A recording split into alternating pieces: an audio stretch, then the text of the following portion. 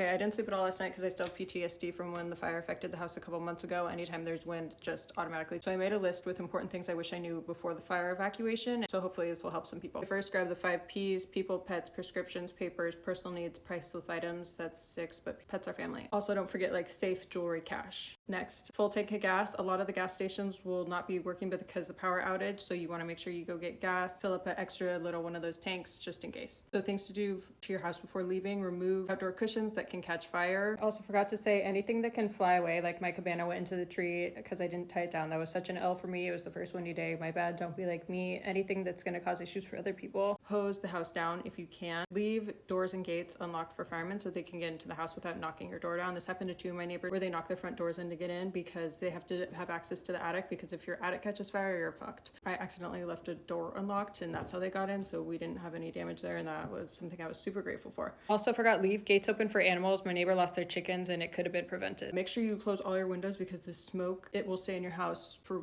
so long. It's horrible. Make sure you leave all the gates open. You want to make sure that firemen have easy access to everything. Get a sump pump or something and buckets to use for your pool water. My neighbors stayed and fought the fire themselves, which I don't recommend, but they did. Ended up being really great for them. My cat wants attention right now. Hold on. Also, one of my neighbors just had a fire hose that their father-in-law gave them, and they were also fighting the fire themselves. Download the Watch Duty app to stay updated. This was how I kept track of the house and made sure. Oh my god. Take photos of valuables for insurance. Yeah.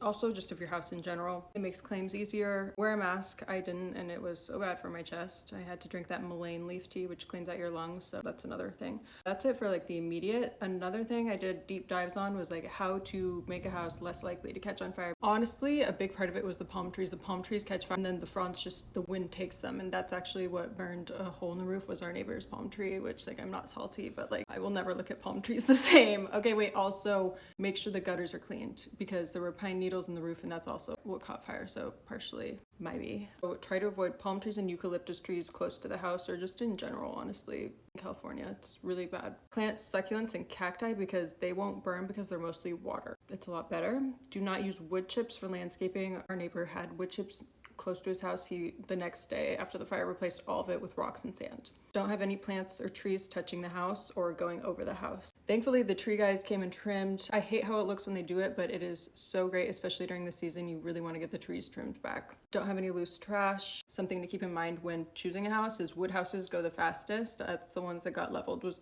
wood houses. They just burn like that, compared to like this is stucco. As much as I hated stucco while repainting it, it came in handy and it was great for not catching fire. And another thing, solar, because my security cameras were on power, so I couldn't check on the house. Super annoying. So power and or backup generator, at least solar security cameras. Also, this is a really important time for you to be there for your neighbors, check in on your neighbors, make sure you have your neighbor's phone number so you can talk to each other, communicate. So make sure to have a battery pack to charge your phone. I have this one where you can charge your phone and jumpstart your car, so something like that. Check in on loved ones. I hope you guys all stay safe. I'm so sorry, this is horrible. And thank you to the firefighters. You guys are so amazing. I brought the firefighters donuts the next day and coffee. If you can do anything to help them out, they are starving because they don't have time to take breaks to get food. So once it's clear to go back, come together as a community and help them. If you guys have any resources to share them down in the comments below.